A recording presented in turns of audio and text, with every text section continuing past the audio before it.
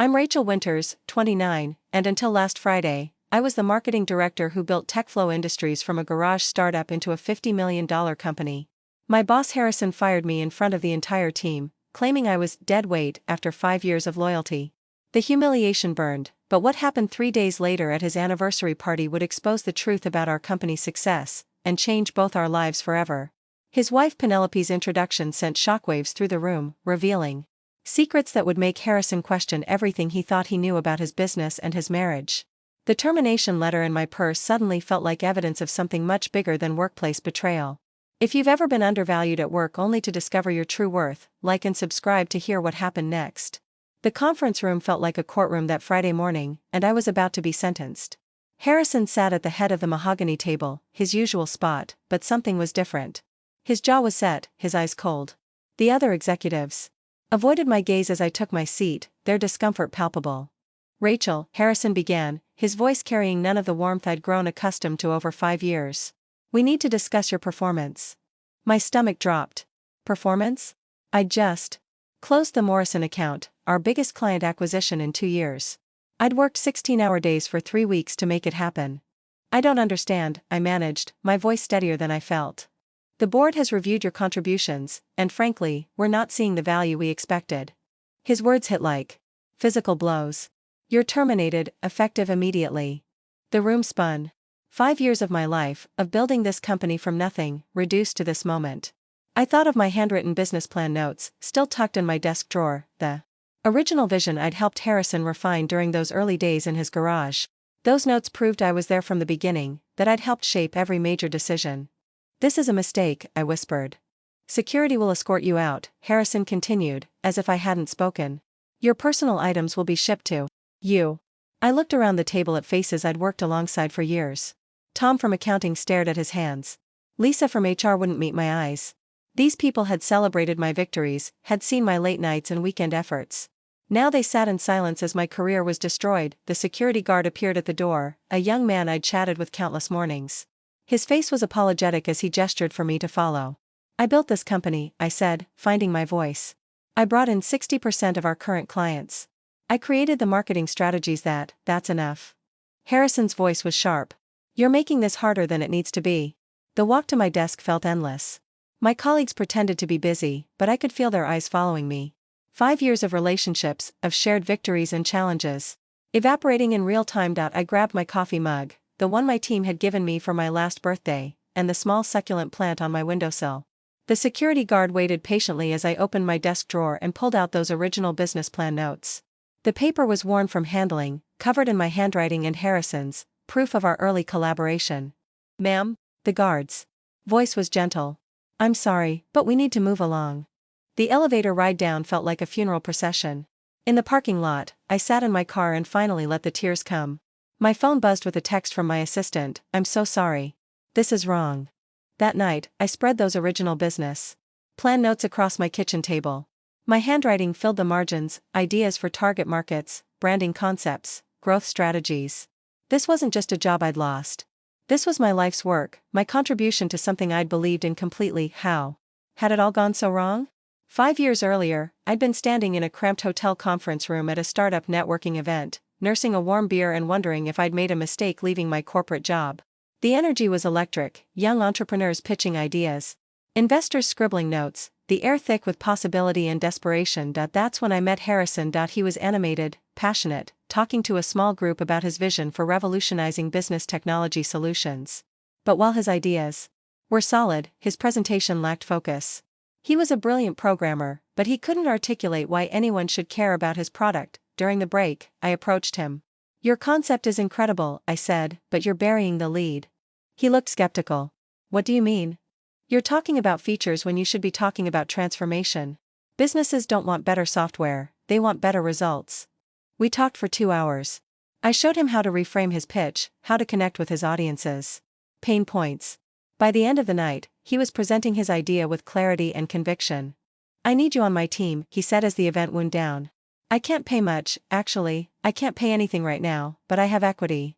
I should have walked away. I had a stable job, a steady paycheck, a clear career path. But something about Harrison's vision ignited something in me. Here was a chance to build something from the ground up, to be part of something that mattered. 3 weeks later, I was sitting in his garage with him and his best friend Trevor, sketching out our first marketing campaign mock-ups on poster board. We had no budget, no office, no guarantee of success. But we had passion, and we had each other. Those early mock-ups were rough, hand-drawn logos, color schemes mapped out with highlighters, taglines scribbled in the margins. But they contained the DNA of everything TechFlow would become. The clean, professional aesthetic. The focus on transformation over features. The promise of partnership, not just service. "This is it," Harrison said, holding up my design for our first brochure. "This is exactly what we need." I worked 18-hour days. In those early months, often sleeping on the couch in what had become our makeshift office. I reached out to every contact I'd made in my corporate career, leveraging relationships I'd built over years to get meetings with potential clients. Harrison was grateful then. He'd bring me coffee in the morning, thank me for staying late, talk about our future partnership. "When we make it big," he'd say, "we'll remember these days. We'll remember how we built this together." The first client I landed was a mid-sized manufacturing company looking to streamline their operations. I spent weeks understanding their business, their challenges, their goals. When I presented our solution, it wasn't just software, it was a complete transformation strategy. "You really get it," their CEO told me after signing the contract. "Most tech companies just want to sell us products. You're solving our problems." That became our signature approach: deep partnership, genuine problem solving, long-term relationships. Client after client, I refined our methodology, always with Harrison's support and encouragement. "You're the secret sauce," he told me after we landed our fifth major client. "The tech is good, but you make it sing." We moved out of the garage and into a real office. We hired our first employees. We started getting recognition in industry publications. Through it all, Harrison and I were partners in every sense: late nights strategizing, early mornings problem solving, shared victories and shared challenges. But success has a way of changing people. As TechFlow grew, so did Harrison's ego. The gratitude began to fade, replaced by a sense of entitlement. He started taking credit for ideas that originated in our collaborative sessions. He began presenting himself as the sole visionary behind our success. I told myself it was natural. He was the CEO, the face of the company. It made sense for him to be the spokesperson. But those early marketing mock-ups, still pinned to the wall in my office, reminded me every day of what we'd built together. Those rough sketches represented more than just design concepts. They represented trust, partnership, and shared dreams. They were proof that TechFlow's success wasn't the result of one person's vision, but of genuine collaboration. Now, sitting in my kitchen after being fired, I stared at those same mock-ups. The paper was yellowed with age, the highlighter marks faded, but the ideas were still sharp, still revolutionary, still mine. Harrison had forgotten where we came from. But I remembered everything. The spreadsheet on my laptop screen told a story Harrison didn't want to acknowledge. Client after client, acquisition after acquisition, the numbers painted a clear picture. I had personally brought in 80% of TechFlow's major accounts. Peterson Industries, my relationship with their CTO from my previous job. Meridian Corp, a cold call that turned into a 3-year partnership. Blackstone Manufacturing, a referral from a satisfied client who trusted my expertise. The list went on, each entry representing weeks of relationship building, countless hours of understanding their business needs, and the delicate art of transforming skeptics into believers. But it wasn't just about sales numbers. I had fundamentally shaped how TechFlow approached the market. When Harrison wanted to focus solely on the technology, I pushed for service packages. When he thought one-size-fits-all solutions were sufficient, I advocated for customization. When he was content with basic customer support, I insisted on comprehensive client success programs. The rebranding project in year 3 was entirely my initiative. TechFlow's original logo was Harrison's design, a generic tech company template that screamed startup in a garage. I spent months researching our competitors, studying industry trends, and crafting a visual identity that positioned us as serious players in the enterprise market. "It's too sophisticated," Harrison had argued when I presented the new brand guidelines. "We're not IBM." "Exactly," I'd countered. "We're not trying to be IBM. We're trying to be the company that makes IBM's solutions obsolete." The rebrand launched with a comprehensive campaign that I orchestrated across every touchpoint: website, collateral, trade show presence, even our office design. Within 6 months, we were fielding inquiries from Fortune 500 companies who had previously ignored us. Social media was another battleground. Harrison saw it as a distraction, a place for consumer brands and teenagers. I saw it as the future of B2B relationship building. Against his initial resistance, I developed a thought leadership strategy that positioned TechFlow as industry innovators. My LinkedIn articles about digital transformation trends regularly got thousands of views. Our company page went from a few hundred followers to over 50,000. More importantly, executives at target companies began reaching out to us directly, having discovered our content through social channels. I have to admit, Harrison said. After we landed a major client who had found us through LinkedIn, you were right about this social media thing. But the real proof of my value was in the client relationships themselves. I didn't just sell software, I became a trusted advisor. I understood their business challenges, their industry pressures, their growth objectives. When they had problems, they called me directly. When they needed strategic guidance, they asked for my input. The awards started coming in year 4. Marketing Campaign of the Year, from the B2B Marketing Association. Rising Star in Tech, from Industry Weekly. Best Customer Success Program, from the Enterprise Software Alliance. Harrison accepted most of these awards on behalf of the company, giving speeches that barely mentioned the team behind the work. I told myself it didn't matter. The recognition was nice, but the real satisfaction came from the work itself. From seeing clients transform their operations using our solutions.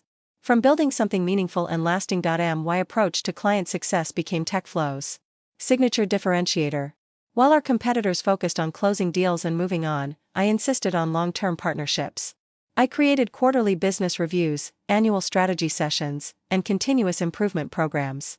Our client retention rate was 93%, unheard of in the industry. Your clients don't just buy from us, Trevor observed during one of our strategy meetings. They become part of our family. That family feeling extended to our team as well. I mentored junior marketing staff, collaborated across departments, and created a culture where everyone's contributions were valued.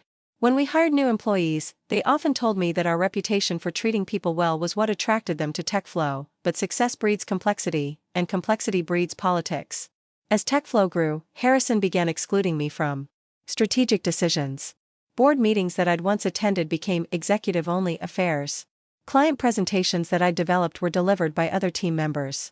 My role was slowly being marginalized. Even as my contributions continued to drive the company's growth, the tension came to a head during our biggest pitch ever, a potential partnership with global tech that could double our revenue.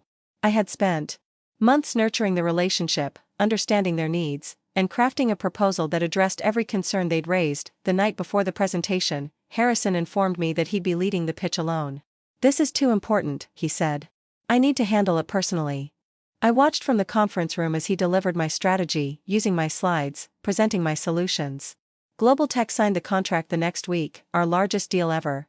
At the company celebration, Harrison gave a speech about vision and leadership.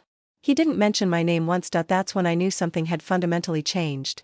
The partner I'd trusted, the colleague I'd supported through every challenge, the friend I'd built a company with, he was disappearing, replaced by someone who saw me as a threat rather than an asset. But the spreadsheet didn't lie. The client relationships were real. The strategies were sound. The results spoke for themselves. I had built something valuable, something that couldn't be erased by politics or ego. I just didn't realize yet how valuable it truly was. The email chain I discovered by accident changed everything. I'd been working late on a proposal when Harrison's laptop, connected to the conference room projector, began displaying his notifications. He'd stepped out to take a call, and I was alone when the messages appeared on the screen. Rachel Winters, Limited Value Assessment. Read the subject line from an investor I'd never heard of. I should have looked away. Should have respected his privacy. But seeing my name in that context made my heart race. I grabbed my phone and quickly photographed the screen before Harrison returned. Later that night, I read the full thread.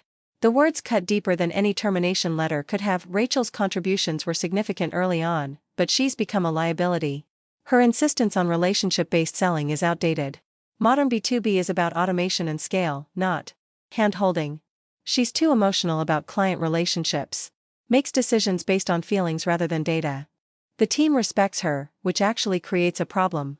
She has too much influence for someone who's not an equity holder. Harrison's response was the worst part. Agreed. She served her purpose, but now she's holding us back from the next level. Planning to make a change soon. I stared at those words until they blurred. 5 years of loyalty, of building his dream alongside him, and this was how he really saw me, as someone who had served her purpose. The betrayal went deeper than just private emails. I started paying attention to things I'd previously ignored. The way he'd begun excluding me from investor calls. How he'd started presenting my strategies as his own innovations. The subtle way he'd begun undermining my authority in meetings. Rachel's got some interesting ideas, he'd say to clients, but let me give you the strategic perspective. As if my ideas were suggestions rather than the foundations of our entire approach. The gaslighting was constant but subtle. When I'd reference our early collaborative work, he'd correct me, actually, that was my initial concept. You helped with the execution. When I'd mention client relationships I'd built, he'd redirect, we've got a great team approach to customer success. I began documenting everything. Every email where he took credit for my work. Every meeting where he presented my strategies as his insights.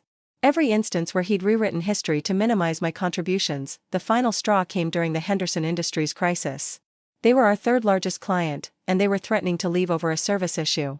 I'd spent 3 days crafting a comprehensive response that addressed their concerns and outlined a path forward. My relationship with their CEO was the only reason they were giving us a second chance. Harrison took my proposal, scheduled a call with Henderson's team, and delivered it as his own solution. When Henderson's CEO specifically asked to speak with me during the call, Harrison smoothly redirected, I appreciate your confidence in our team, but I want to ensure you're getting strategic guidance directly from leadership. The call went well. Henderson stayed. The crisis was averted. And once again, I was invisible. That's when I knew I had to start protecting myself. I began copying important documents to my personal drive. Screenshots of client communications that showed my direct relationships. Copies of proposals and strategies I'd developed. Evidence of the work that Harrison was systematically erasing from company history, but the hardest part wasn't the professional betrayal, it was the personal one. Harrison and I had been friends. We'd celebrated successes together, supported each other through challenges. I'd trusted him with my career, my future, my loyalty. The night before he fired me, he'd seemed nervous, distracted. Now I understood why. He'd been preparing to destroy me while looking me in the eye and pretending everything was normal. You're being paranoid, I told myself. You're overreacting. But the email chain was proof. The pattern of behavior was clear. Harrison hadn't just decided to fire me, he'd been planning it for months, systematically building a case against me while benefiting from my work. I thought about all the times I'd defended him to colleagues who'd questioned his leadership. All the times I'd covered for his mistakes or filled in gaps in his knowledge. All the times I'd put the company's interests ahead of my own. The worst part was how completely I'd trusted him. Even as the signs accumulated, I'd given him the benefit of the doubt. I'd assumed our friendship and our shared history meant something to him. I was wrong. The email chain revealed not just his opinion of me, but his true character. He was someone who could smile at you while planning your destruction. Someone who could benefit from your work while systematically minimizing your contributions. Someone who could build a company on your ideas while convincing everyone, including you, that you were expendable. As I sat in my apartment after being fired, rereading those messages, I felt something shift inside me. The hurt was still there, but it was being joined by something else, a cold, clear anger that burned away the self-doubt and confusion. Harrison had underestimated me. He'd assumed I'd disappear quietly, that I'd accept his version of events and move on.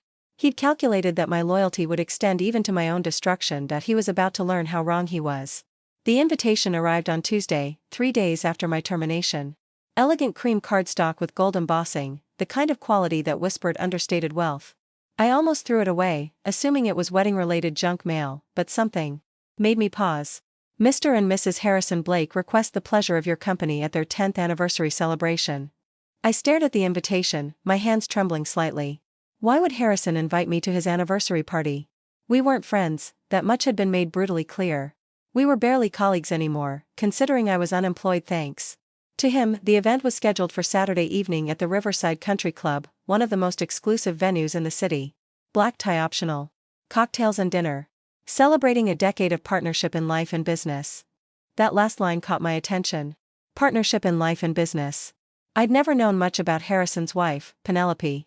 She'd appeared at a few company events over the years, but always in the background. Elegant, quiet, seemingly content. To let Harrison hold the spotlight. My first instinct was to tear up the invitation and forget about it. Why would I want to spend an evening watching Harrison bask in celebration while I was still processing my career's destruction? The man had systematically undermined me for months, then fired me in the most humiliating way possible, but something nagged at me. The invitation was hand-addressed in what looked like Penelope's handwriting. I recognized it from the few notes she'd sent to the office over the years. Why would she want me there? Did she even know what Harrison had done to me? I spent the rest of the week wrestling with the decision. My rational mind said to stay home, to avoid the awkwardness and potential humiliation. But my curiosity was stronger. Maybe I needed closure. Maybe I needed to face Harrison in a social setting, to prove to myself that I could be in the same room with him without falling apart. On Thursday, I made the decision. I would go Friday evening. I stood in my bedroom trying to decide what to wear. My options were limited. Most of my professional wardrobe was associated with TechFlow, and I couldn't bear to wear anything that would remind me of those days. Finally, I settled on a simple black dress I'd bought for my cousin's wedding last year. Classic, elegant, appropriate for the venue. Saturday arrived gray and drizzly, matching my mood. I spent the afternoon getting ready, trying to channel confidence. I didn't really feel. By 6 o'clock, I was pulling into the country club's circular drive, my hands gripping the steering wheel tighter than necessary. The venue was stunning. The Riverside Country Club sat on a bluff overlooking the river, its colonial architecture and manicured grounds screaming old money and establishment power. Valet attendants in crisp uniforms directed guests toward the main entrance, where soft lighting and live piano music created an atmosphere of refined celebration. I sat in my car for a full 5 minutes, watching other guests arrive. I recognized several faces from the business community, potential clients, competitors, industry leaders.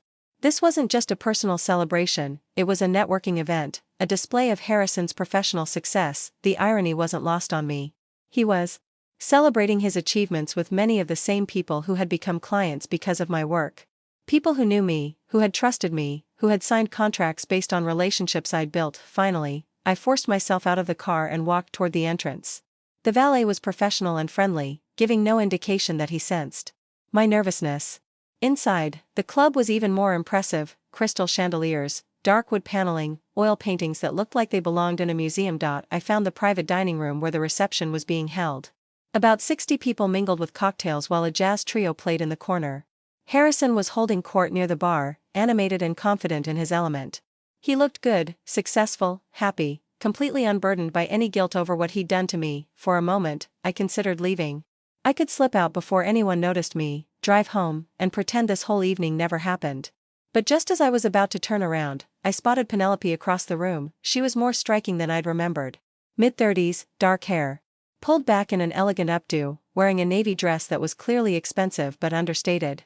She was talking to an older couple, but her eyes were scanning the room, and they found mine. Her face lit up with what appeared to be genuine pleasure. She excused herself from her conversation and walked directly toward me. "Rachel," she said warmly, extending her hand. "I'm so glad you could make it. I wasn't sure if you'd be able to come." Her greeting was so natural, so welcoming, that it caught me off guard. She didn't seem to know about my termination. Or if she did, she was an excellent actress. "Thank you for inviting me," I managed. "It's a beautiful celebration." "It really is, isn't it?" She looked around the room with what seemed like genuine satisfaction. 10 years feels like a milestone. Worth celebrating properly. We chatted for a few minutes about the venue, the music, the food. She was charming and easy to talk to, with a warmth that seemed completely genuine. I found myself relaxing for the first time in weeks, but even as we talked, I couldn't shake the feeling that this invitation had been intentional. That somehow, for reasons I couldn't yet understand, Penelope had specifically wanted me here tonight. I just had no idea why. Penelope Blake was not what I had expected. Up close, she possessed an intelligence that radiated from her eyes, a quiet confidence that commanded attention without demanding it. As we talked, I realized I had vastly underestimated her. "I've been wanting to talk with you for years," she said, guiding me toward a quieter corner of the reception. "Harrison speaks about you often, but I've always felt like I only got part of the story." That was interesting. What part of the story had Harrison been telling her? And more importantly, what part had he been leaving out? "I hope it's been positive," I said carefully. "Oh, very much so. He credits you with much of TechFlow's early success." She paused, studying my face. "But I suspect there's more to it than even he realizes." Before I could respond, she reached into her small clutch purse and pulled out a business card case. The cards inside were thick, high-quality stock with elegant typography. "Penelope Blake, Strategic Business Consultant." I read aloud. "Specializing in growth capital and market expansion. I keep my work separate from Harrison's," she explained. "Different industries, different networks. But it's given me interesting perspectives on business partnerships and success." I studied the card more carefully. The design was sophisticated, professional. This wasn't a hobby or a side project, this was a serious business. "How long have you been consulting?" I asked.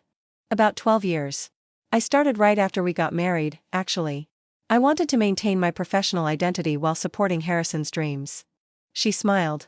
It's worked out well for both of us. As we talked, I learned more about Penelope's background.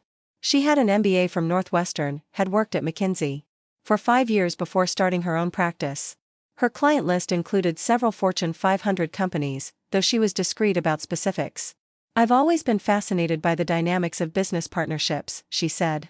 How some collaborations create exponential value, while others destroy it. It's rarely about the personalities involved, it's about recognition, respect, and fair attribution of contribution. Her words felt pointed, though her tone remained conversational. Was she talking about business in general, or about something more specific? That's very true, I agreed. The best partnerships are built on mutual respect and shared credit. Exactly. Though I've noticed that success can sometimes distort people's memories. They begin to believe their own narrative about being the sole architect of achievements that were actually collaborative. I felt my pulse quicken. This conversation was definitely not accidental. I've been following TechFlow's growth with interest, she continued.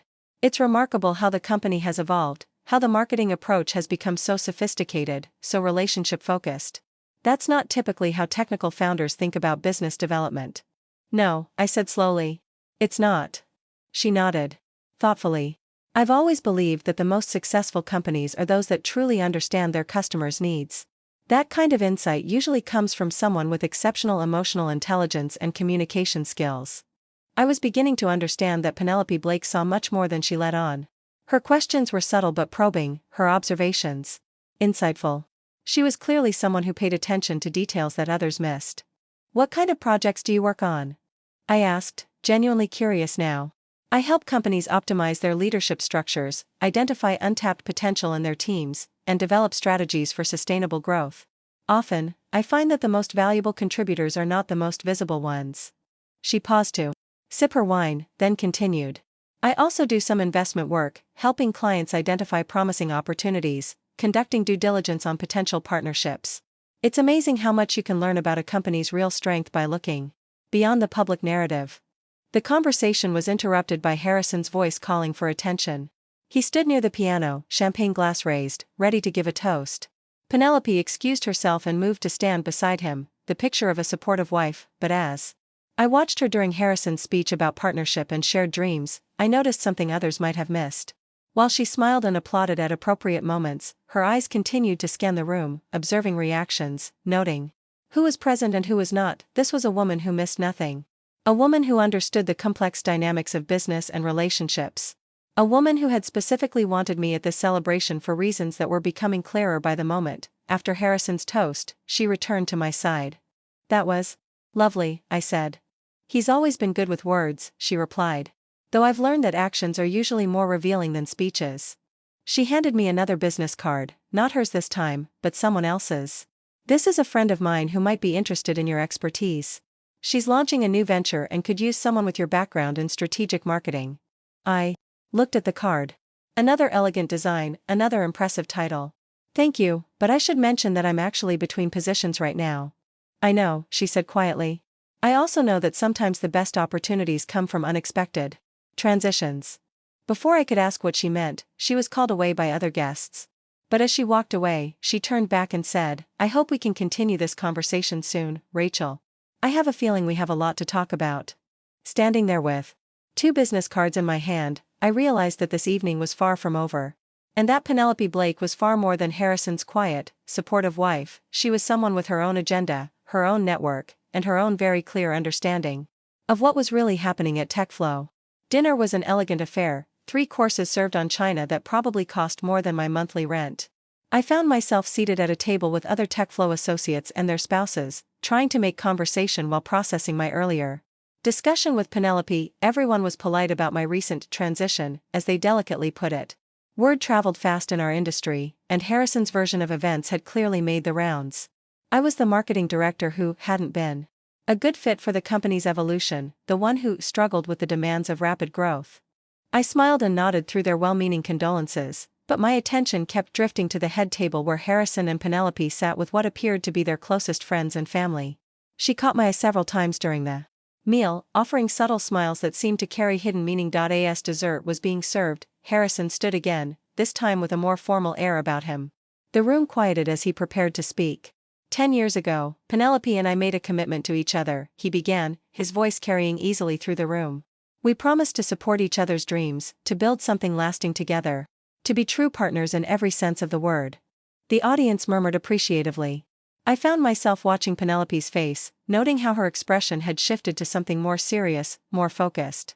Tonight, I want to publicly acknowledge not just our personal partnership, but our professional one as well. Many of you know me as the founder of TechFlow Industries, but what you may not know is that none of it would have been possible without the support and partnership of my wife. He gestured toward Penelope, who stood gracefully beside him. There was something different about her posture now, more commanding, more present. Penelope has been my silent partner in every sense, Harrison continued. Her business acumen, her strategic insights, her network of professional connections, all of it has been instrumental in TechFlow's success. I felt a chill of anticipation. This was clearly building to something significant.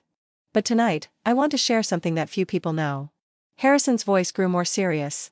Penelope hasn't just been a silent partner, she's been a financial partner as well. Her investment and ongoing support have been crucial to our growth. The room was completely silent now. Even the servers had stopped moving.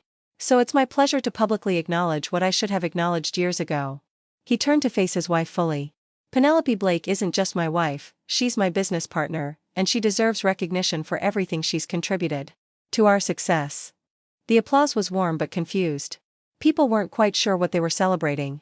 But I had a sinking feeling that this was just the beginning. Penelope stepped forward, accepting the microphone from Harrison. Her transformation was remarkable. Gone was the quiet, supportive wife, replaced by someone who commanded the room's attention with quiet authority. "Thank you, Harrison," she said, her voice clear and confident. "I've always believed that the best partnerships are built on mutual respect and shared credit. Tonight feels like the right time to be more transparent about the true nature of our collaboration." She paused, scanning the room with eyes that seemed to take in every face, every reaction. "Many of you know me as Harrison's wife, but I'd like you to meet me as his business partner. For the past 5 years, I've held a 40% stake in TechFlow Industries." The room erupted in surprised murmurs. I felt my jaw drop along with everyone else's. 40%? That meant she wasn't just an investor, she was a major stakeholder. "I've remained behind the scenes by choice," Penelope continued, seeming to enjoy the shocked reactions. "I believed it was important for Harrison to establish himself as the company's leader. But as TechFlow has grown, I've become increasingly involved in strategic decisions, particularly around personnel and company culture." My heart began to race. Personnel decisions. Was she talking about me? Which brings me to why tonight feels so important. She smiled, but there was steel in her expression. "I want to introduce you to someone who exemplifies the kind of partnership and collaboration I value most in business." She gestured toward my table, and every head in the room turned to follow her gaze. I felt heat rise to my cheeks as all eyes focused on me. Rachel Winters has been instrumental in building TechFlow into what it is today. Her marketing strategies, her client relationships, her innovative approaches to business development, all of it has been crucial to our success. The room was dead silent.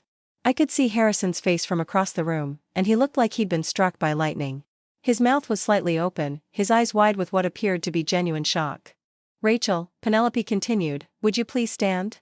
My legs felt like jelly, but I managed to get to my feet. The room's attention was overwhelming, but Penelope's encouraging smile gave me strength. "I want everyone here to know that Rachel isn't just a talented marketing professional, she's my business partner in a new venture we're launching together."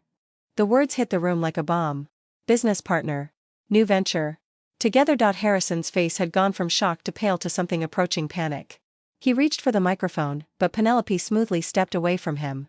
"Our new company will focus on providing strategic marketing and business development services to growth-stage technology companies. We'll be leveraging Rachel's expertise in client relationship management and my background in strategic consulting and growth capital." She paused, letting the implications sink in. A new company. In direct competition with TechFlow. Led by someone who knew all of Harrison's clients, all of his strategies, all of his weaknesses. "I'm excited about this partnership because it represents everything I believe business should be: mutual respect, shared vision, and fair recognition of contribution." Her eyes found Harrison's across the room. "These are values I hold dear, both personally and professionally." The silence stretched on for what felt like hours but was probably only seconds. Then, slowly, the applause began. First from my table, then spreading throughout the room. People were clapping for Penelope's announcement, but also for something else, for justice, for recognition of talent, for the kind of partnership they wished they had in their own careers. As I sat back down, my hands shaking slightly, I realized that everything had just changed. The partnership agreement Penelope had mentioned wasn't theoretical, it was real, it was happening, and it was being announced at her husband's anniversary party. Harrison remained standing at the head table, the microphone hanging loosely in his hand, looking like a man who had just watched his world shift on its axis. Because in a very real sense, the woman he had married, the woman he had underestimated, the woman who had quietly been pulling strings for years, had just revealed that she understood exactly what he had done to me, and she had decided to do something about it. The rest of the evening passed in a blur of congratulations, shocked conversations, and carefully avoided glances toward Harrison, who had managed to recover enough to play the role of supportive husband, though his smile never quite reached his eyes. Penelope and I agreed to meet the following Tuesday at her office downtown. As I drove home that night, my mind raced with questions. How long had she been planning this? What exactly did she know about my termination? And most importantly, what did this partnership really mean? Tuesday morning arrived gray and humid, matching my nervous energy. Penelope's office was located in the financial district, on the 32nd floor of a gleaming tower that housed some of the city's most prestigious consulting firms. The space itself was impressive, floor-to-ceiling windows overlooking the river, tasteful modern furniture, and walls lined with awards and photographs of Penelope with various business leaders and politicians. "Thank you for coming," she said, gesturing for me to take a seat in one of the leather chairs facing her desk. "I imagine you have questions." "A few," I admitted. "Starting with how long you've been planning this." She smiled, pulling out a thick folder from her desk drawer. "About 18 months, actually. That's when I first began documenting the disconnect between TechFlow's public success story and its actual operational reality." She opened the folder, revealing a meticulously organized collection of documents, financial statements, client correspondence, industry reports, and what appeared to be detailed notes in her precise handwriting. "As Harrison's wife and a 40% stakeholder, I have access to TechFlow's financial records. What I found was fascinating." She pulled out a spreadsheet that looked remarkably similar to the one I'd created tracking my client acquisitions. 82% of TechFlow's major client relationships can be traced directly to your efforts, she said matter-of-factly. "Your personal connections, your strategic approaches, your relationship management. The company's growth trajectory correlates almost perfectly with your tenure and increasing responsibilities." I stared at the documentation. She had quantified what I'd always known but could never prove with such precision. But more interesting than the numbers, she continued, was the pattern of how credit was being attributed. Internal presentations consistently portrayed these successes as Harrison's strategic vision, with your role minimized or omitted entirely. She pulled out copies of board presentations, investor updates, and marketing materials. In each one, Harrison was positioned as the strategic mastermind behind TechFlow's success, while my contributions were reduced to excellent execution or strong team support. The financial impact of this misattribution became clear when I started tracking client retention and satisfaction scores. Clients who worked primarily with you had a 96% retention rate and consistently higher satisfaction scores. Clients who transitioned to other team members after deals closed showed declining engagement and, in several cases, reduced contract values. The data was overwhelming. Penelope had built a case that went far beyond my personal grievances. She had documented a systematic pattern of value creation and credit misallocation that had real financial implications. "Why?" I asked. "Why did you document all of this?" "Because I'm a strategic business consultant, and I recognize valuable assets when I see them. Also because I'm married to someone who was making increasingly poor decisions about talent management."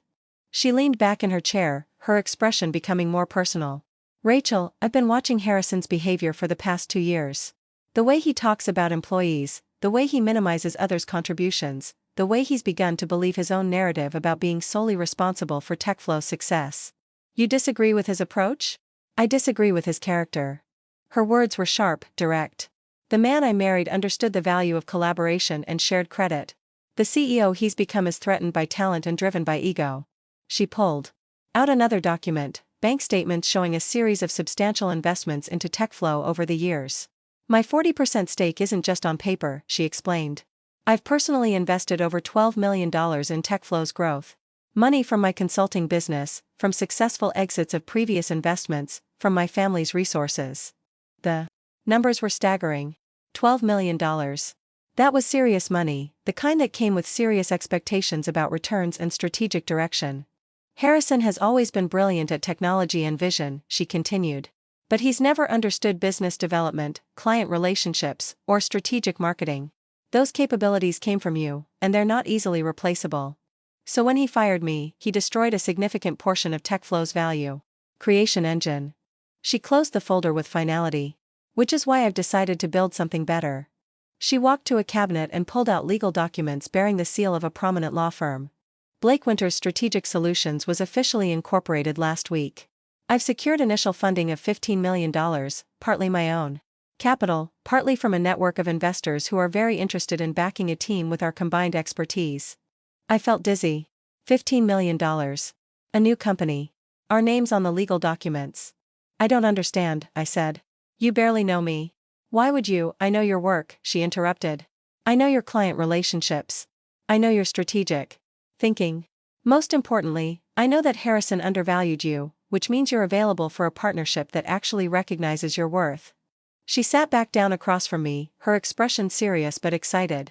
Rachel, I'm not offering you a job. I'm offering you equity in a company built around your expertise. 50-50 partnership, shared decision-making, transparent credit for contributions. Everything that TechFlow should have been but wasn't. The proposal was overwhelming in its scope and its implications. Not just a new job, but a completely new trajectory. A chance to build something from the ground up, with someone who understood and valued what I brought to the table, but it was also a declaration of war against Harrison and TechFlow. And wars, even business wars, always came with casualties.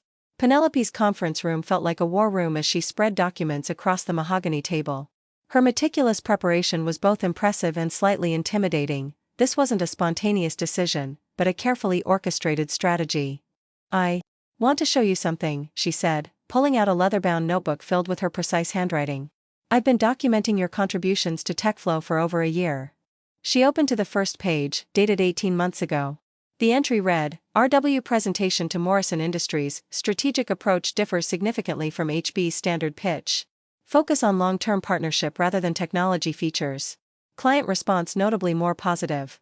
Page after page contained similar observations. My client interactions, my strategic recommendations, my problem-solving approaches, all documented with the kind of detail that spoke to genuine professional admiration. I started keeping these notes after attending the Q2 board meeting last year, she explained. Harrison was presenting your Morrison Industries success as validation of his new, relationship-focused strategy. But I'd been in meetings where he'd specifically criticized relationship-based selling as inefficient. You realized he was taking credit for my approach.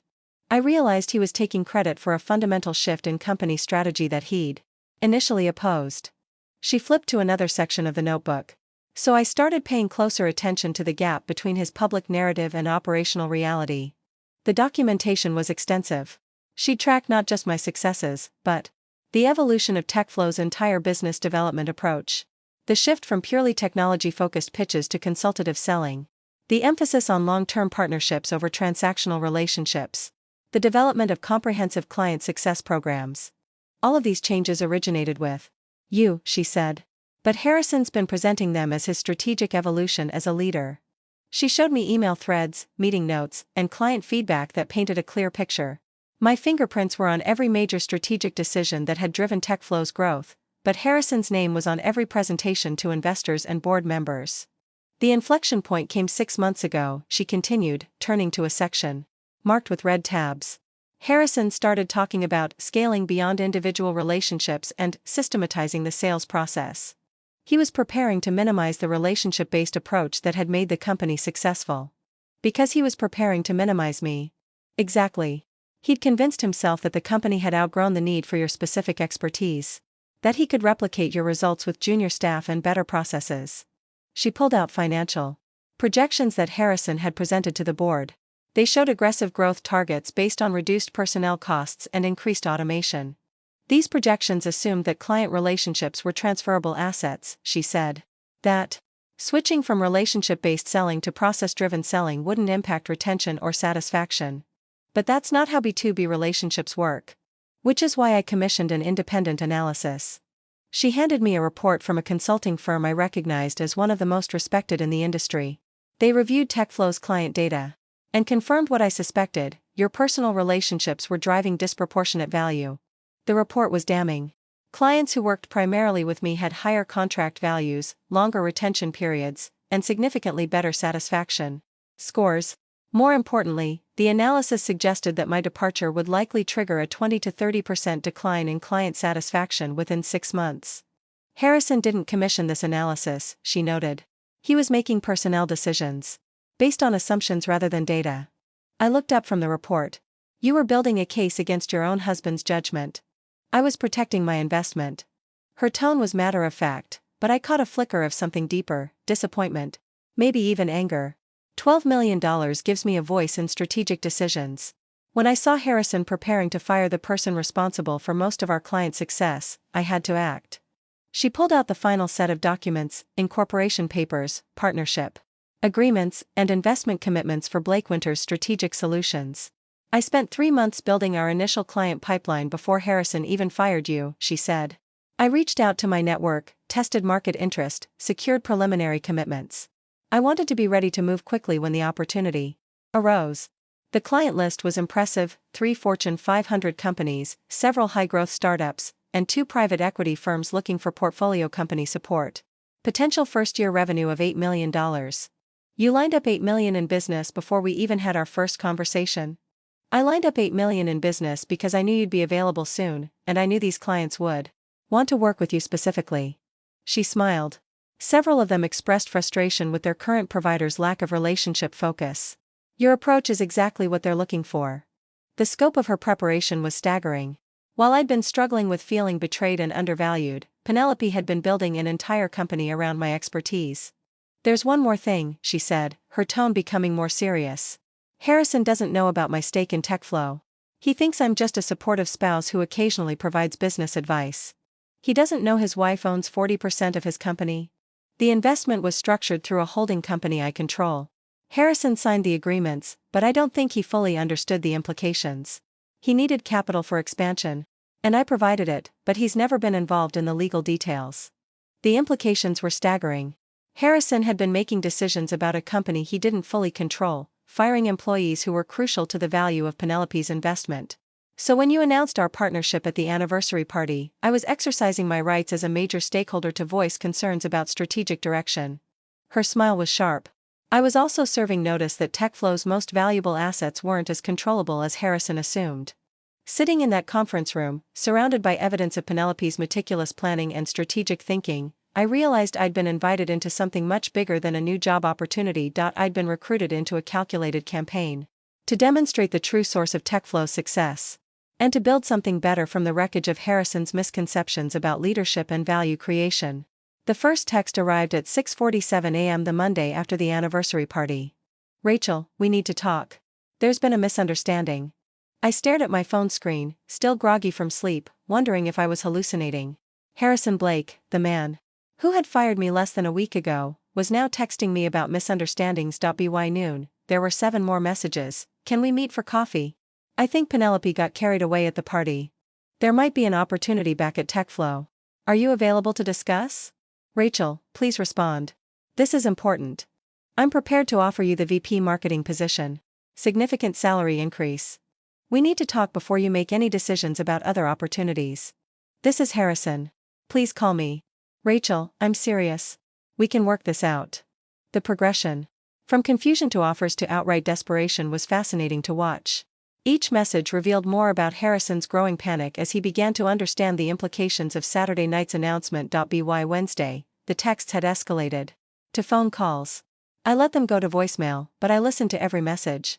The evolution of his tone told a story of a man watching his carefully constructed world begin to crumble. Rachel, this is Harrison. Look, I know things got complicated on Friday, but I think we can find a solution that works for everyone. Call me back. Hi, it's Harrison again. I've been thinking about our conversation, well, our last conversation, and I realize I may have been hasty. There's definitely a place for you at TechFlow. A better place. Call me. Rachel, I really need to hear from you. Penelope's got some ideas that I don't think she's fully thought through. You and I have history together. We built something together. That has to count for something. By Thursday, the messages were coming every few hours, each one more frantic than the last. I spoke with the board this morning. They're very interested in bringing you back as a partner-level position. Equity included. This is a real offer. Rachel. Look, I know I handled things poorly on Friday. I was under pressure from investors, and I made a mistake. A big mistake. But we can fix this. Rachel, please. Just give me 5 minutes to explain what really happened. This doesn't have to end badly for anyone. The shift in his narrative was remarkable. The dead weight he'd fired in front of the entire team had suddenly become a valued partner whose departure was a mistake. The person whose contributions he'd systematically minimized was now someone the board was eager to welcome back with equity. Friday morning brought the most telling message yet. I've been reviewing our client relationships, and I realize how much your personal connections mean to the business. I may have underestimated the importance of your approach. Can we please talk about how to move forward together? That afternoon, he called 6 times in 2 hours. I finally answered the 7th call. Rachel, thank God. I've been trying to reach you all week. I've been busy, I said simply. Look, I need to be honest with you. I made a serious error in judgment. Last Friday. The board is furious with me for letting you go. They want you back immediately. The same board that reviewed my limited value and agreed I was holding the company back. There was a long pause. Who told you about that email? Does it matter? The point is, your opinion of my contributions was pretty clear. That was taken out of context. I was under pressure to make changes, and I wasn't thinking clearly. But I've had time to reconsider, and I realize how crucial you are to TechFlow's success. The conversation continued for 20 minutes, with Harrison offering increasingly generous terms for my return. Salary increases, equity packages, expanded authority, even a seat on the board. Each offer revealed how desperate he'd become. What? About Penelope's announcement? I asked finally. Penelope got carried away. She's passionate about supporting women in business, but she doesn't fully understand the competitive implications of what she proposed. I'm sure we can work out an arrangement that satisfies everyone. You mean an arrangement where I abandon the partnership she offered to come back to the company that fired me? I mean an arrangement where we recognize that you belong at TechFlow. That we built this together, and we should continue building it together. After I hung up, I screenshot our text conversation and sent it to Penelope. Her response came back immediately. Fascinating timeline. Notice how his assessment of your value correlates perfectly with his panic level. She was right. Harrison's frantic messages revealed everything about his true understanding of my contributions to TechFlow. When he thought I'd disappear quietly, I was dead weight. When he realized I might compete against him, I suddenly became crucial to the company's success. The weekend brought a new tactic, appeals to our shared history. I keep thinking about those early days in the garage. We were such a good team then. We can be again. Remember the Morrison presentation? That was us at our best, your relationship skills and my technical vision. We can get back to that. I miss our partnership, Rachel. The company misses it too. Everything feels different without you here. By Sunday night, the messages had taken on a note of genuine desperation. The Peterson Industries renewal is coming up next month. They've specifically asked about you. I'm not sure we can retain them without your involvement. 3 other clients have called asking about your status. I'm running out of explanations. Rachel, I need you to understand, TechFlow isn't the same without you. I'm not the same without you. Please don't let my mistake destroy what we built together. As I read through the collection of messages that week, I realized that Harrison's panic was providing the most honest assessment of my value that I'd ever received from him. His desperation was more convincing than any performance review, more validating than any salary increase. For 5 years, I'd wondered if I was really as important to TechFlow's success as I believed. Harrison's frantic attempts to get me back had answered that question definitively. I was exactly as valuable as I'd thought. Maybe more. The Blake Winters Strategic Solutions office was a study in intentional design. Located in the arts district rather than the financial center, it occupied the top floor of a converted warehouse with exposed brick walls, floor-to-ceiling windows, and an open layout that encouraged collaboration rather than hierarchy. I wanted our space to reflect our values, Penelope explained as she gave me the tour on our first official day as partners. Transparency, creativity, equality. Everything TechFlow wasn't. My name was already on the door, Rachel Winters, managing partner, in elegant lettering that matched Penelope's. Equal billing, equal authority, equal recognition. It was a small detail that carried enormous emotional weight. The company registration documents were spread across the conference table, ready for our final signatures. Blake Winters Strategic Solutions, LLC. 50-50 ownership, shared decision-making authority, transparent profit distribution. Everything formalized and protected by the kind of legal agreements I'd never had at TechFlow. Before we sign, Penelope said, I want to make sure we're completely aligned on our operating principles. She pulled out a document titled Partnership Charter, a detailed framework for how we'd work together, make decisions, handle conflicts, and ensure that neither partner could marginalize the other's contributions. I've seen too many partnerships fail because expectations weren't clearly defined, she explained. I want everything in writing, not because I don't trust you, but because clarity protects both of us. The charter covered everything from strategic decision-making processes to credit attribution for client wins.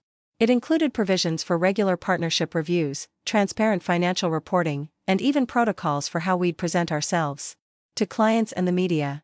Equal recognition for contributions, I read aloud from one section. All client communications, marketing materials, and public presentations will reflect shared leadership and expertise. No more invisible partners, Penelope said firmly. No more taking credit for other people's work. We succeed together, or we don't succeed at all. After we signed the documents, Penelope opened a bottle of champagne she'd been saving for the occasion. The cork popped with a satisfying sound that felt like punctuation on a new chapter of my career. To building something better, she toasted. To partnership, I replied. The first month was a whirlwind of activity. Penelope's advance preparation had given us a significant head start, but there was still enormous work to be done. We needed to establish our operational systems, finalize our service offerings, and begin delivering results for the clients who had committed to working with us. Our approach was deliberately different from TechFlow's model. Instead of positioning ourselves as the experts who would solve clients' problems, we positioned ourselves as strategic partners who would work alongside their teams to develop customized solutions. Most consulting firms create dependency, Penelope observed during one of our planning sessions. Clients need them to implement solutions because the consultants never transfer knowledge. We're going to build capability within their organizations. Our first major client was Meridian Technologies, a mid-sized software company struggling with market positioning. Their CEO, Linda Chen, had worked with me during my TechFlow days and specifically requested our involvement in their strategic planning process. I want to work with consultants who understand our business, she'd told Penelope during their initial conversation. Too many consulting firms come in with cookie-cutter approaches. Rachel has always taken the time to really understand our challenges. The Meridian engagement became our template for how Blake Winters would operate. Instead of a traditional consultant-client relationship, we embedded ourselves in their planning process, working directly with their team to develop market strategies, messaging frameworks, and implementation plans. This is different, Linda observed during our third week of collaboration. You're not just giving us recommendations, you're teaching us how to think strategically about our market position. That's the point, I explained. Our goal isn't to create dependency, but to build your internal capabilities so you can continue evolving your approach long after our engagement ends. The results spoke for themselves. Within 60 days, Meridian had refined their market positioning, launched a new messaging platform, and signed 2 major client contracts that directly resulted from their clearer value proposition, but more importantly, their internal team had developed confidence in their strategic planning capabilities. They weren't just implementing our recommendations, they were building on them, adapting them, making them their own. Word spread quickly in our industry. The combination of Penelope's strategic consulting background and my client relationship expertise was proving to be exactly what growth stage companies needed. We were booked solid within 6 weeks of launching. I have to admit, Penelope said during one of our weekly partnership meetings, this is exceeding even my optimistic projections. Our success felt different from anything I'd experienced at TechFlow. There was no question about who was responsible for what, no competition for credit, no hidden agendas. When clients praised our work, the recognition was shared. When we won new business, we celebrated together. Most importantly, I felt valued in a way I never had before. My ideas weren't just heard, they were implemented. My client relationships weren't just useful, they were respected as the strategic assets they were. My contributions weren't minimized or attributed to someone else, they were acknowledged and celebrated. You know what I appreciate most about working with you? I told Penelope during one of our client debriefs. What's that? I never have to wonder if you're going to take credit for my work. I never have to worry about being undermined in meetings. I never have to question whether my contributions are valued. She smiled. That's what real partnership looks like. It shouldn't be remarkable, but unfortunately, it is. As we closed our first quarter with revenue exceeding our projections by 40%, I realized that Penelope had given me something more valuable than a job or even a business opportunity. She had given me proof that my instincts about business partnerships were correct. That success didn't require someone to be diminished. That recognition wasn't a zero-sum game. That the best achievements came from true collaboration, not competition between partners. Everything Harrison had convinced me was naive idealism about business relationships had turned out to be the foundation of our success. The first client transition letter was from Peterson Industries, TechFlow's third-largest account. I'd built that relationship over 3 years, starting with a cold call that turned into a strategic partnership worth $2.3 million annually. Dear Harrison, the letter began, after careful consideration, Peterson Industries has decided not to renew our service agreement with TechFlow. We will be transitioning our business to Blake Winter's Strategic Solutions, effective at the end of our current contract period. I handed the letter to Penelope, who read it with the satisfied expression of someone whose strategic predictions were proving accurate. How many more do you expect? She asked. Based on the relationship analysis we did, probably 6 or 7 major accounts. But I want to handle each transition ethically and professionally. That was crucial. I wasn't trying to destroy TechFlow out of spite or revenge. I was simply following the natural migration of client relationships that had been built around trust and personal connection. When those clients learned I was available through a new firm, many of them wanted to continue working with me. The approach I took was completely transparent. I sent personalized letters to each client I'd worked with, informing them of my new partnership and making it clear that I would respect any decision they made about their service providers. I want you to know that I've started a new consulting firm with a strategic partner, I wrote. If you're satisfied with your current arrangements, please continue them with my full blessing. However, if you're interested in exploring how our combined expertise might benefit your business, I'd welcome the opportunity to discuss it. Professional, ethical, and honest. No attempts to badmouth TechFlow or create artificial urgency. Just information about a new option, presented in a way that respected their existing relationships. The response was immediate and overwhelming. Within 2 weeks, I received calls from 8 different clients expressing interest in transitioning their business to Blake Winters. Not all of them were unhappy with TechFlow's service, but many had questions about continuity and relationship management. Rachel, you are our primary contact at TechFlow, explained the CEO of Blackstone Manufacturing. During our transition meeting, we've been wondering what would happen to our account without your involvement. When we learned you'd started your own firm, the decision was easy. Meridian Technologies was more direct. Honestly, we were already concerned about TechFlow's direction. The service has become more transactional, less strategic. Your approach is what we need for our growth stage. Each client transition followed the same professional protocol. Formal notification letters to TechFlow with appropriate notice periods. Comprehensive transition documents ensuring continuity of service. Clear communication about timelines and next steps. I was meticulous about maintaining ethical standards throughout the process. No confidential TechFlow information was shared. No disparaging comments about their service delivery. No attempts to accelerate transition timelines beyond what was reasonable, but the business impact on TechFlow was undeniable.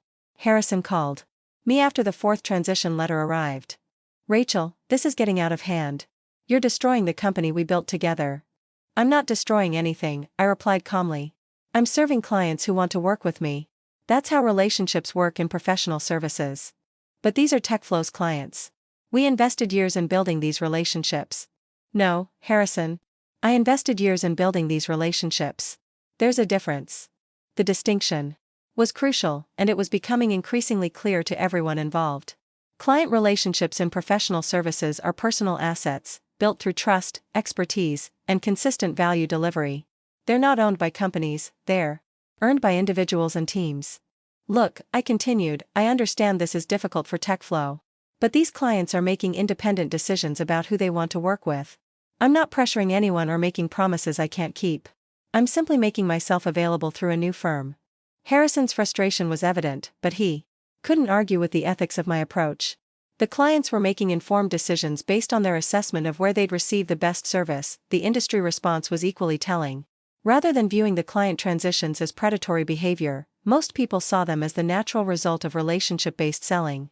When a key relationship manager starts a new firm, clients often follow. This is exactly what happens when companies fire their best relationship managers, observed an industry analyst in a LinkedIn post that went viral. Client loyalty is to people, not to company brands. TechFlow learned this lesson the hard way. Within 6 weeks, 7 major clients had transitioned to Blake Winters, representing approximately $18 million in annual revenue. The business impact on TechFlow was significant, but the reputational impact was even more damaging. Word is getting around that TechFlow fired their best client manager right before losing their biggest accounts, reported a mutual contact in the industry. People are starting to question the company's strategic direction. The client transitions also validated Penelope's investment thesis. The clients who moved to Blake Winters weren't just following me, they were attracted to our combined expertise and our partnership-based approach to client service. Working with both of you is like having a complete strategic team, noted the CEO of Davidson Corp after our first quarter of service. Penelope's strategic consulting background and Rachel's relationship management expertise create exactly the kind of partnership we need for our growth phase. The success of these client transitions sent a clear message to the industry: Blake Winters wasn't just another consulting firm founded by disgruntled ex-employees. We were a legitimate strategic partnership that was delivering superior value to our clients. More importantly, the transitions demonstrated the real value of relationship-based business development. The clients who moved to Blake Winters weren't just following a familiar face, they were choosing a service model that prioritized long-term partnership over transactional efficiency. Harrison's final attempt to stem the client exodus came in the form of aggressive retention offers, reduced fees, expanded service packages, and promises of renewed attention to relationship management. But the damage to trust had already been done. It feels reactive, explained the CMO of Sterling Industries when she called to discuss transitioning to Blake Winters. For 3 years, we've been asking for more strategic partnership and less process-driven service. Now that they're losing clients, suddenly they're interested in relationship management again. The client transition letters represented more than just business wins for Blake Winters. They were validation that my approach to client service had real value, that the relationships I'd built were genuine assets, and that my understanding of client needs was accurate and sustainable. As I organized the growing stack of transition letters in my desk drawer, I realized they told the story of 5 years of relationship building that no termination letter could erase. Harrison had fired me, but he couldn't fire the trust I'd built with his clients. That trust was now the foundation of our new company's success. The meeting request came through my assistant on a Thursday morning in October, 3 months after the anniversary party that had changed everything. Harrison wanted to meet, to discuss the situation professionally and find a path forward that works for everyone. I agreed to meet him at a neutral location, the lobby cafe of the Marriott downtown. Public enough to ensure civility, private enough for honest conversation. Penelope offered to accompany me, but I felt this was something I needed to handle alone. Harrison arrived 15 minutes early and had already claimed a corner table when I walked in. He looked tired, older somehow, with the kind of stress lines that come from months of fighting fires and managing crises.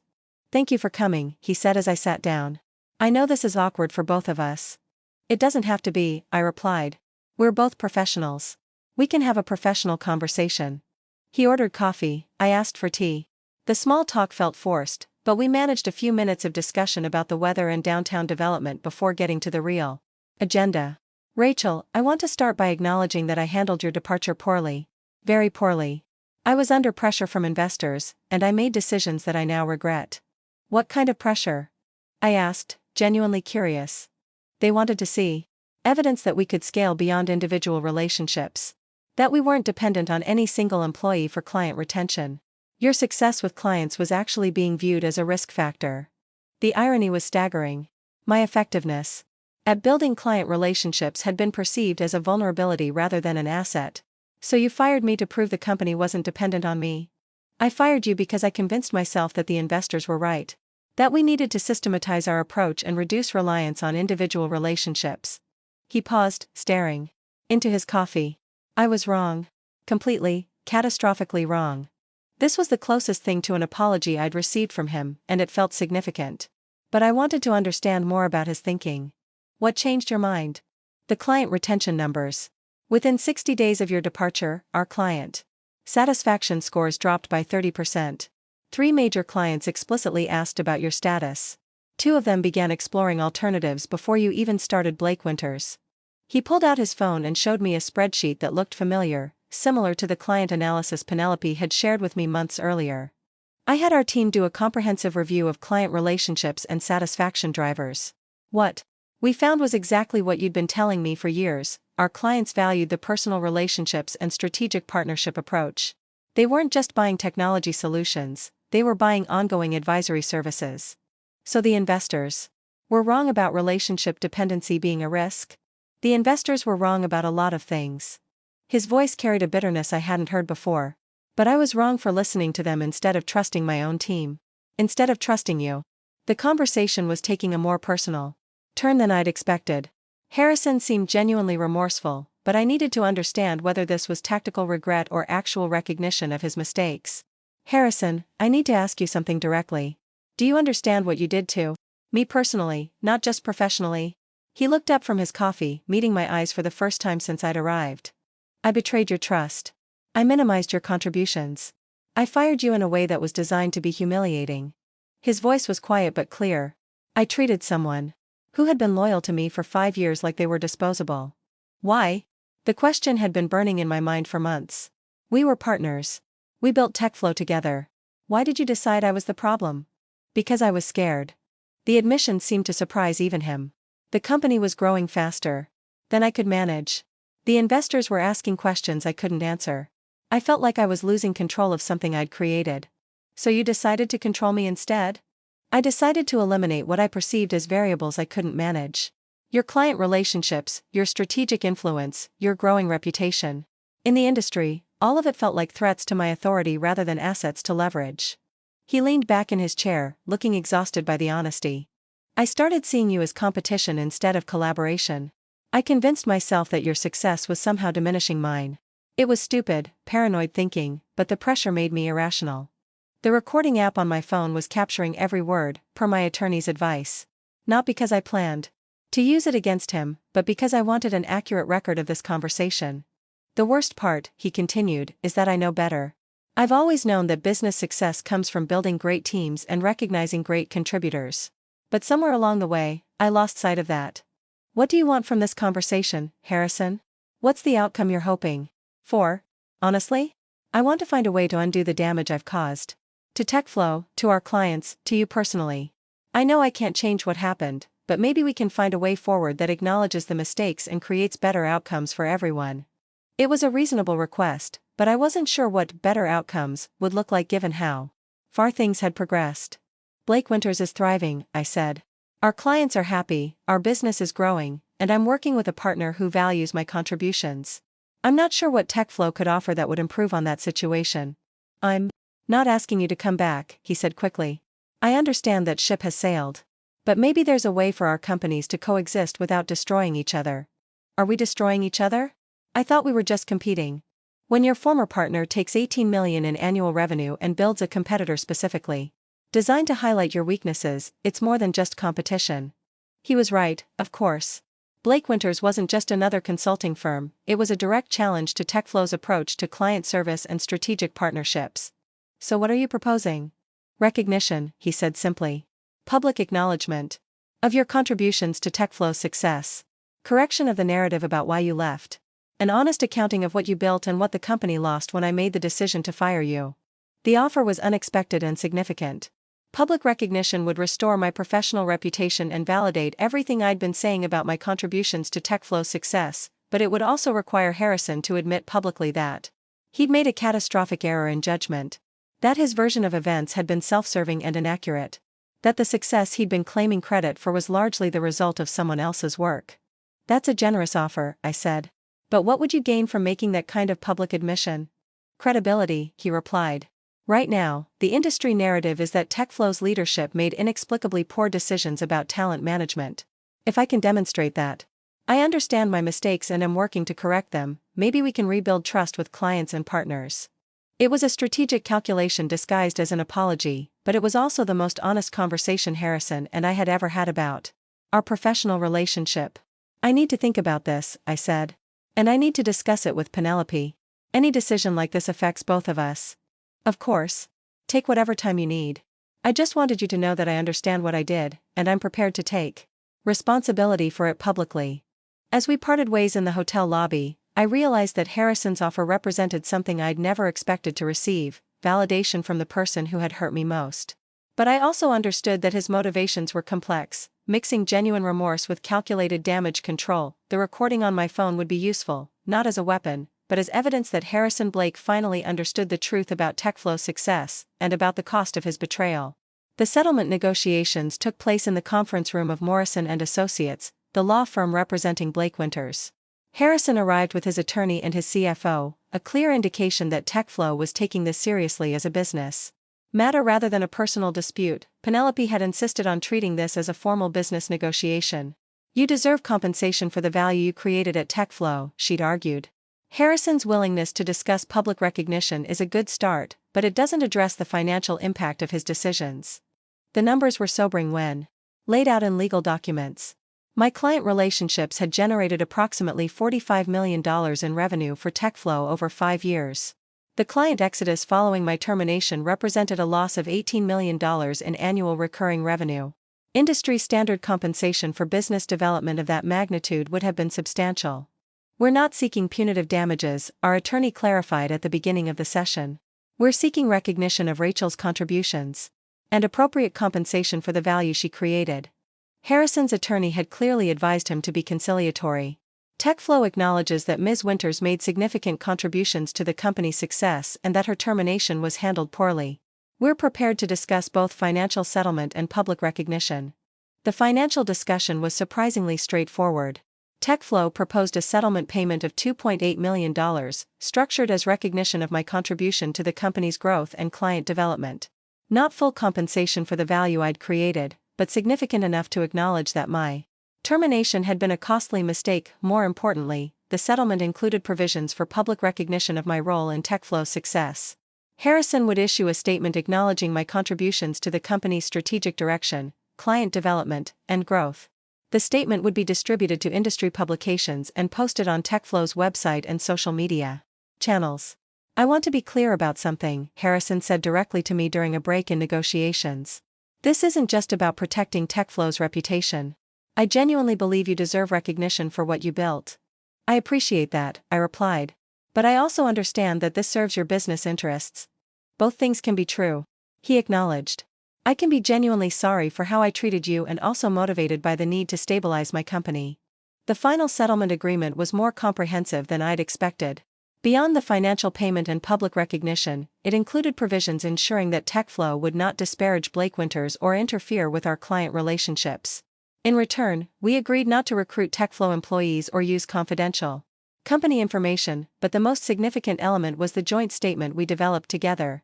Harrison would publicly acknowledge that my strategic vision and client relationship expertise had been crucial to TechFlow's success, that my termination had been a mistake, and that he took full responsibility for the poor decision-making that led to the situation. "This is the statement I should have made when I fired you," he admitted as we reviewed the final draft. "Instead of blaming you for not fitting our evolution, I should have acknowledged that our evolution was built on your foundation." The public release of the settlement statement created immediate industry buzz. Harrison's willingness to admit such a significant error in judgment was unusual in the business world, where leaders typically double down on decisions rather than acknowledging mistakes. TechFlow CEO admits catastrophic error in firing key executive, read the headline in Industry Weekly. The article included quotes from clients who had worked with me, validating the settlement's claims about my contributions to the company's success. More importantly, the statement positioned Blake Winters as a firm founded by someone whose expertise had been validated by her former employer. Rather than being seen as a disgruntled ex-employee starting a competitor, I was now recognized as a proven business developer whose departure had cost her former company millions. The settlement payment allowed Penelope and me to invest more aggressively in Blake Winters' growth. We hired additional consultants, expanded our service offerings, and began developing proprietary methodologies that would differentiate us in the market. "This changes our trajectory significantly," Penelope observed as we reviewed our updated business plan. "With this validation and additional capital, we can pursue larger clients and more ambitious projects." But beyond the business implications, the settlement provided something even more valuable: closure. For months, I'd carried the uncertainty of whether my assessment of my own contributions had been accurate. Harrison's public acknowledgement confirmed that my understanding of my value had been correct all along. The settlement also demonstrated that accountability was possible, even in business relationships where power dynamics were unequal. Harrison had used his authority to terminate me unfairly, but legal and market forces had ultimately required him to acknowledge his mistake. "How does it feel?" Penelope asked as we signed the final settlement documents. "Validating," I replied. "Not just the money, but the recognition. For years, I wondered if I was overestimating my contributions. Now I know I wasn't." The settlement marked the end of my relationship with TechFlow and the beginning of a new chapter focused entirely on Blake Winter's future. The financial security it provided allowed me to take risks and pursue opportunities without the fear that had dominated my thinking since being fired. Most importantly, it demonstrated that standing up for yourself professionally could have positive outcomes. That documenting your contributions, building strong relationships, and refusing to accept unfair treatment could ultimately lead to recognition and compensation. Harrison had learned that talent was not as replaceable as he'd assumed. I had learned that my value was not as dependent on his recognition as I'd believed. Both lessons would serve us well in whatever came next. 1 year after the settlement, Blake Winter's strategic solutions had become everything I'd dreamed TechFlow could have been. Our mission statement, framed in the conference room where Penelope and I met with clients every week, captured the values that drove everything we did. We believe that business success comes from authentic partnerships, shared recognition, and the empowerment of people to achieve their potential. We measure our success not just by revenue growth, but by the lasting relationships we build and the positive impact we create. Those weren't just words on a wall, they were operational principles that guided every decision we made.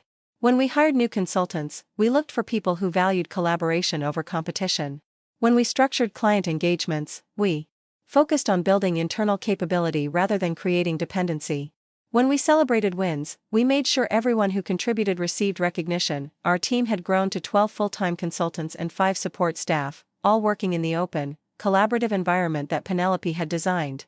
No corner offices, no hierarchical seating arrangements, no symbols of status that created artificial barriers between team members. I love that I can walk into any meeting here and know that my contributions will be valued, said Marcus, our newest senior consultant, during a team meeting. At my last firm, I spent half my energy worrying about office politics and credit attribution.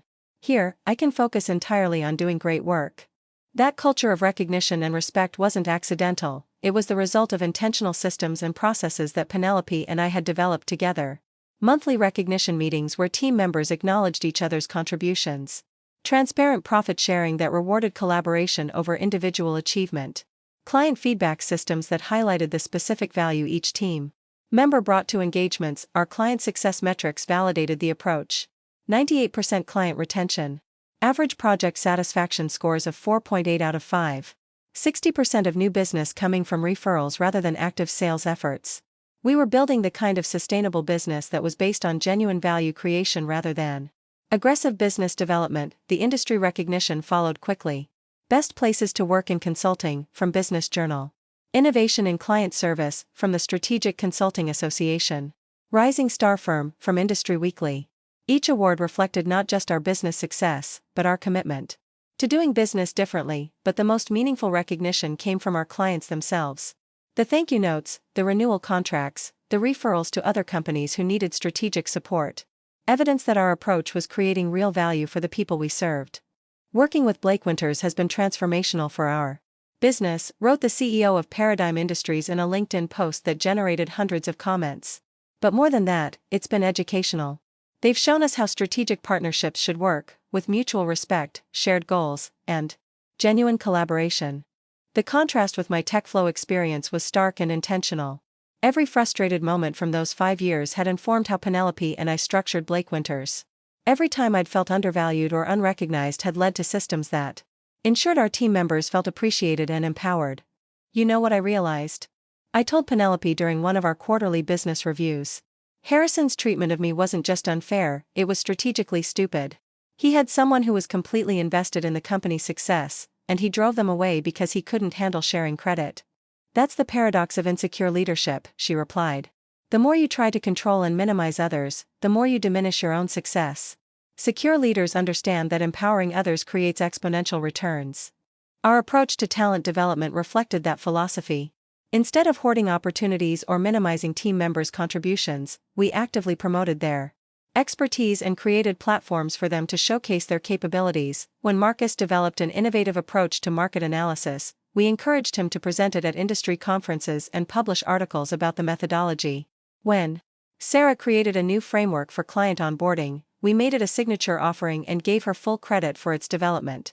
I've never worked anywhere that was so committed to helping me build my professional reputation, Sarah observed during her annual review. Most firms want to keep their best practices internal. You encourage us to share our innovations with the broader industry. Because we're not afraid of competition, Penelope explained. When our team members are recognized as thought leaders, it enhances Blake Winter's reputation. When they're successful, we're successful. It's not a zero-sum game. The financial results validated our people-first approach. Year 2 revenue exceeded projections by 30%. Our profit margins were higher than industry averages because our client retention was so strong. Most importantly, we were building a sustainable business that could grow without sacrificing our values. The settlement payment from TechFlow had provided initial stability, but Blake Winter's success was entirely self-generated. We'd proven that treating people fairly, recognizing contributions honestly, and building genuine partnerships could create superior business outcomes. Sometimes I think about what TechFlow could have become if Harrison had embraced collaboration. Instead of fearing it, I reflected during one of our leadership team meetings. Maybe, Penelope replied, but then Blake Winters wouldn't exist. Sometimes the best outcomes come from the worst circumstances. Your experience at TechFlow taught us exactly how not to build a company culture. She was right. Every policy we'd implemented, every system we'd created, every value we'd articulated had been informed by my understanding of what great partnership should look like. Harrison's betrayal had been painful, but it had also been educational. Blake Winter's Strategic Solutions was more than just a successful consulting firm, it was proof that business could be conducted with integrity, respect, and genuine collaboration. It was evidence that recognizing talent and sharing success created better outcomes for everyone involved. Most importantly, it was validation that my instincts about how people should be treated in professional relationships had been correct all along.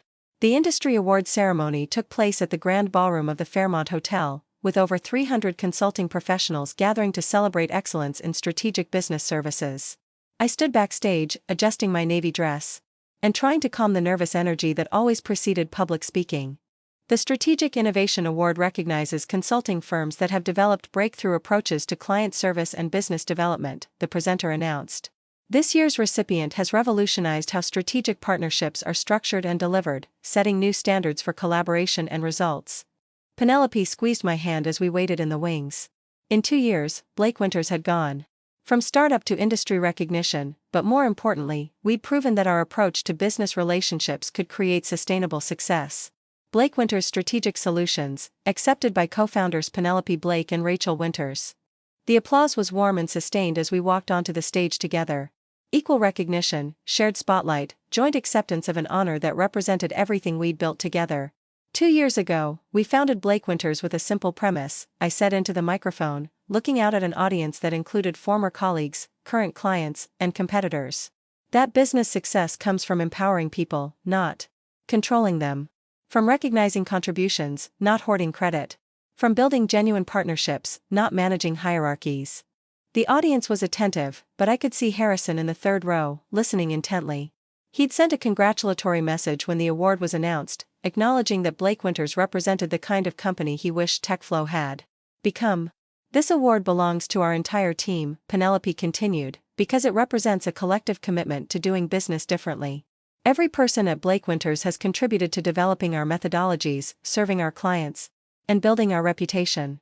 As we held the Crystal Award together for photographs, I reflected on how dramatically my life had changed since that humiliating termination meeting 2.5 years earlier. The woman who had been escorted out of TechFlow's office by security was now being recognized as an industry innovator, but the transformation went deeper than professional success. I had fundamentally changed how I understood my own value and how I approached business relationships. 6 months ago, I was asked to mentor a young marketing professional who felt undervalued at her firm, I shared during my portion of the acceptance speech. She reminded me of myself a few years ago, talented, dedicated, but constantly questioning whether her contributions really mattered. The story resonated with the audience. I could see nodding heads and knowing expressions from people who had experienced similar situations. I told her what I wish someone had told me, your value isn't determined by whether others recognize it. Your contributions are real whether or not they're acknowledged. And sometimes, the best thing that can happen to your career is being forced to prove your worth somewhere new. The young woman I'd mentored, Jessica Chen, was in the audience tonight, having just accepted a senior position at a firm that valued her strategic thinking and client relationship skills.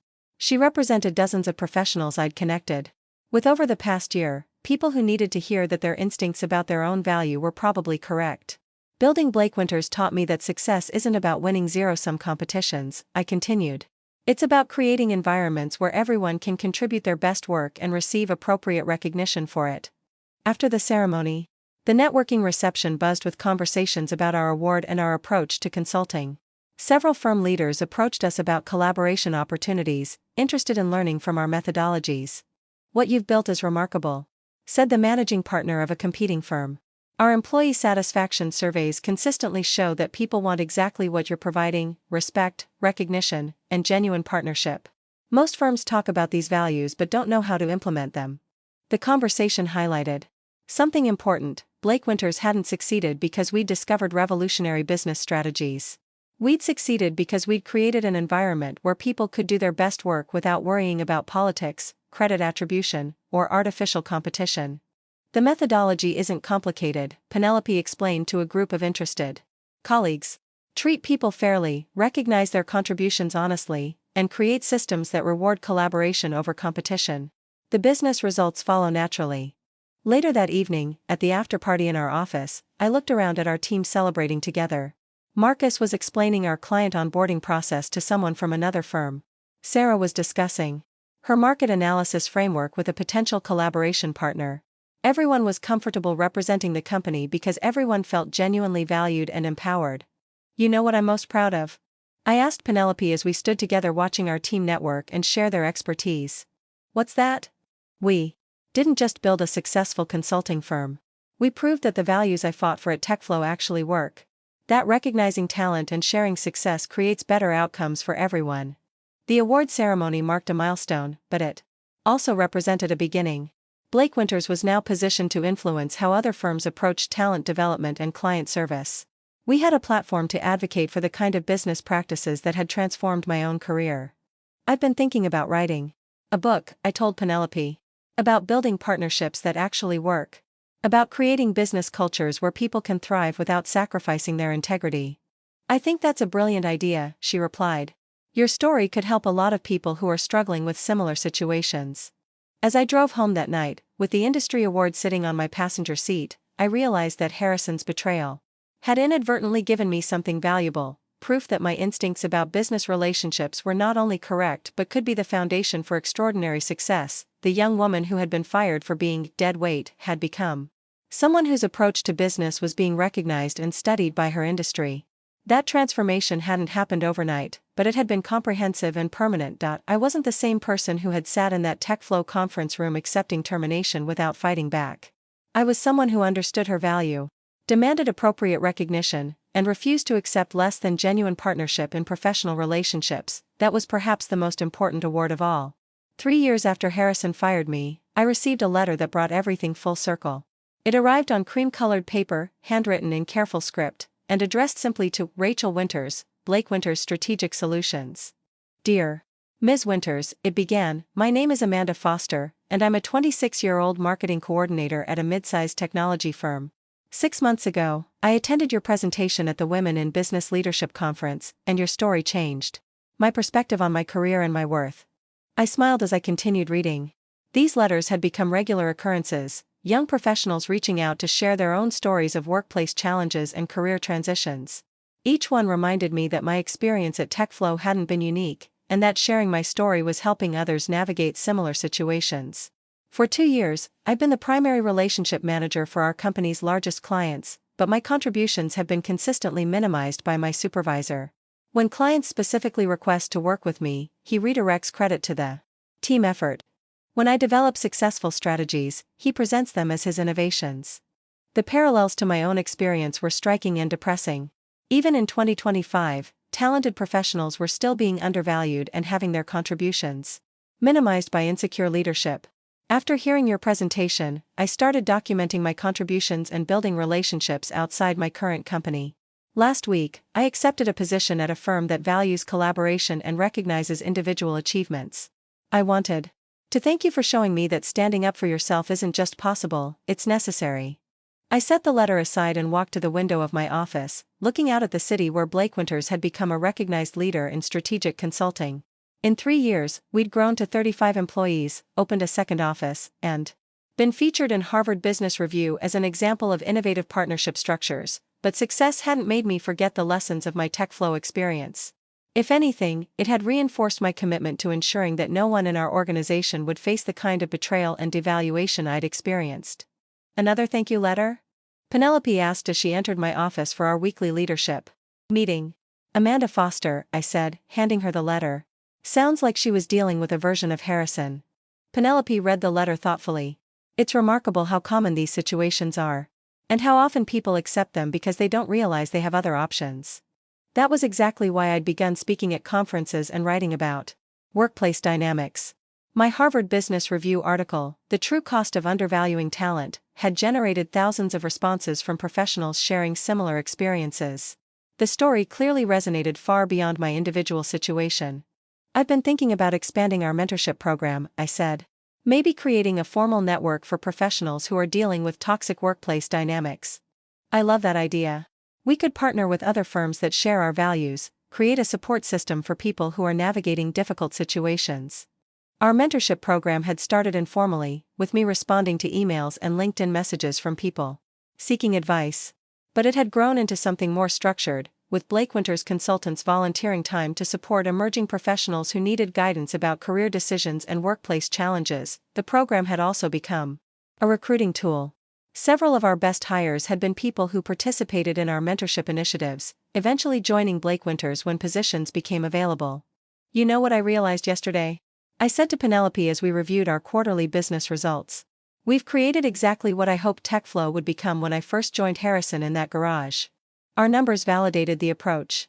Client retention at 99%. Employee satisfaction scores in the top 5% of consulting firms. Revenue growth that consistently exceeded projections. Most importantly, a reputation for integrity and partnership that attracted both clients and talent.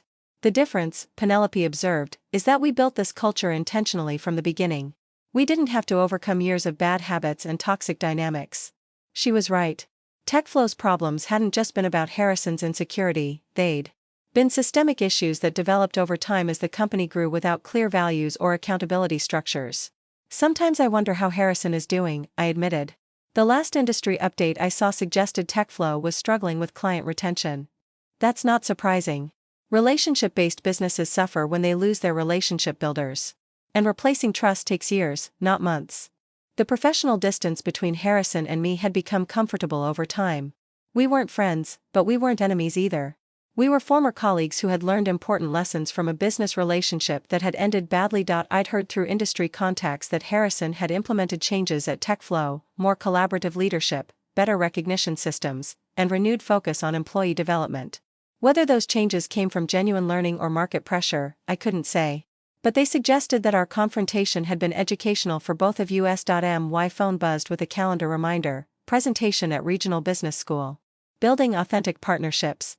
In an hour, I'd be speaking to a room full of MBA students about leadership, collaboration, and the importance of creating business cultures where people could thrive.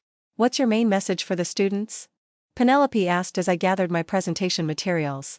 That talent is the most valuable asset any organization has, and that recognizing talent isn't just morally right, it's strategically smart. Companies that empower their people consistently outperform those that try to control them. As I drove to the university, I reflected on how my perspective on professional relationships had evolved. The bitter young woman who had been escorted out of TechFlow's office had become someone who understood that betrayal, while painful, could also be transformational. Harrison's decision to fire me had forced me to prove my value independently. That proof had led to a partnership with Penelope, the creation of Blake Winters, and ultimately to industry recognition for approaches to business that I'd always believed in but had never been able to fully implement. Standing in front of 60 MBA students an hour later, I shared the story that had become my signature presentation. The narrative of being undervalued, fired, and ultimately vindicated through building something better.